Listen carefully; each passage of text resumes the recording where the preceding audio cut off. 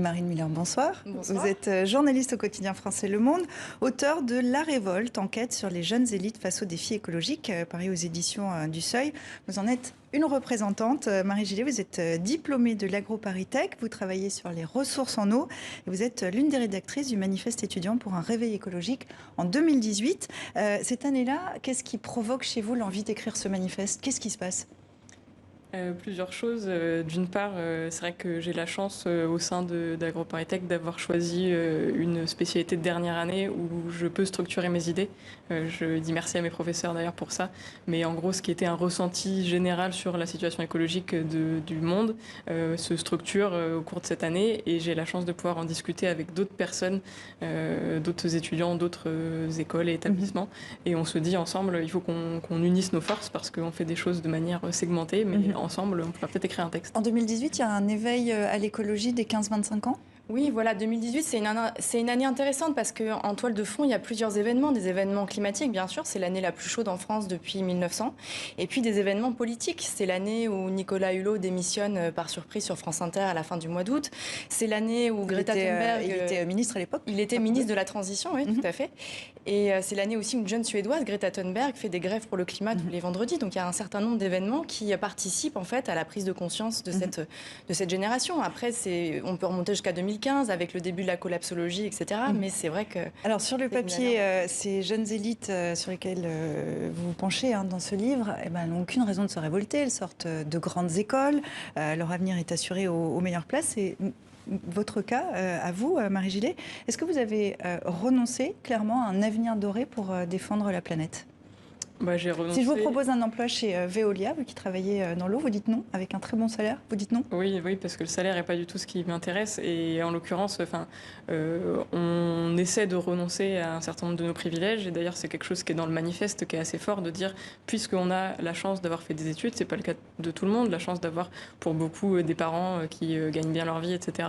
Alors on a une responsabilité d'autant plus forte pour agir et pour essayer de remettre en question ce système économique qui va dans le mur. C'est pas une façon de se donner un peu bonne conscience aussi?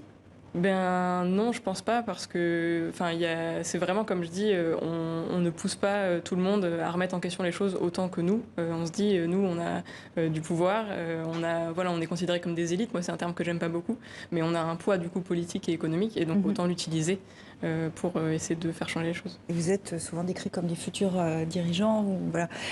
Avant d'en arriver là, aux études dans de grandes écoles, il y a le lycée. Est-ce que au lycée, les étudiants, les lycéens, ou même avant les collégiens, est-ce qu'on leur donne les armes justement pour décrypter ce dérèglement climatique? Pas forcément. En fait, moi, mon enquête, elle porte plus sur l'enseignement supérieur, mais j'ai interrogé quelques profs de lycée et c'est vrai qu'ils sont un peu démunis parce que le changement climatique, il est enseigné à travers les disciplines et c'est un peu chaque prof dans sa discipline qui peut en parler. Pour l'enseignement supérieur, c'est encore une autre problématique, c'est-à-dire que en fait, les jeunes comme Marie qui ont fait 2 ans de classe prépa, qui passent un concours et qui arrivent dans ces écoles, s'ils ne choisissent pas des options et des spécialités, ils peuvent passer 5 ans d'études sans avoir jamais entendu parler de changement climatique. Vous avez fait le choix donc, de ne pas aller dans de grandes entreprises dont vous dénoncez peut-être un peu les procédés. Est-ce que ça n'est pas intéressant d'être à l'intérieur aussi pour essayer de les verdir? Alors, le débat existe. Pour moi, non. Je pense vraiment que les structures, dans leur fonctionnement même, ne permettent pas de changer.